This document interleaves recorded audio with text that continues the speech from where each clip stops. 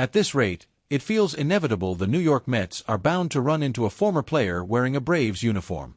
Atlanta, the Mets' biggest NL East rival south of the Mason-Dixon Line, didn't stop at signing Luis Guillorme last year. They've been quietly stacking up ex-Mets, almost like they know one of them is going to rip our hearts out when it matters most. So who have the Braves added this time, and should Mets fans be worried? Let's break it all down. But before, if you love staying on top of all things Mets, make sure to hit that like button, subscribe, and turn on notifications. Only 1% of fans who watch have subscribed, so come on, it's quick and easy, sign up. Thanks. Most Mets fans barely remember his brief stint last year. The Braves just signed Jake Diekman and Dylan Covey to minor league deals. And Diekman?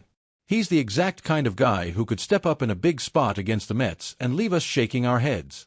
Most Mets fans barely remember Marisnick's time in Queens. He played just 16 games in 2020, hitting .333 with 2 home runs before spending more time on the IL than on the field. Since then, he's bounced around the league, playing for what feels like half the teams in baseball: Cubs, Padres, Pirates, Dodgers, White Sox, Tigers, Angels, and even a brief stint with the Braves AAA team in 2022. Last year, Marisnick spent the entire season in the minors, putting up solid numbers in Salt Lake City. But even a .283 average with 12 home runs wasn't enough for the Angels to give him a shot in the majors. No. He's back with Atlanta. And with the way this rivalry works, would anyone really be surprised if he came up clutch against the Mets at some point this season? It's one thing for the Braves to stockpile depth, but there's something about seeing so many ex-Mets in Atlanta that just doesn't sit right.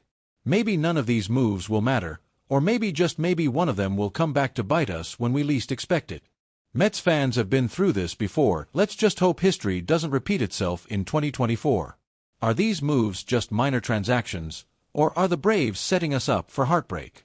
Let us know in the comments.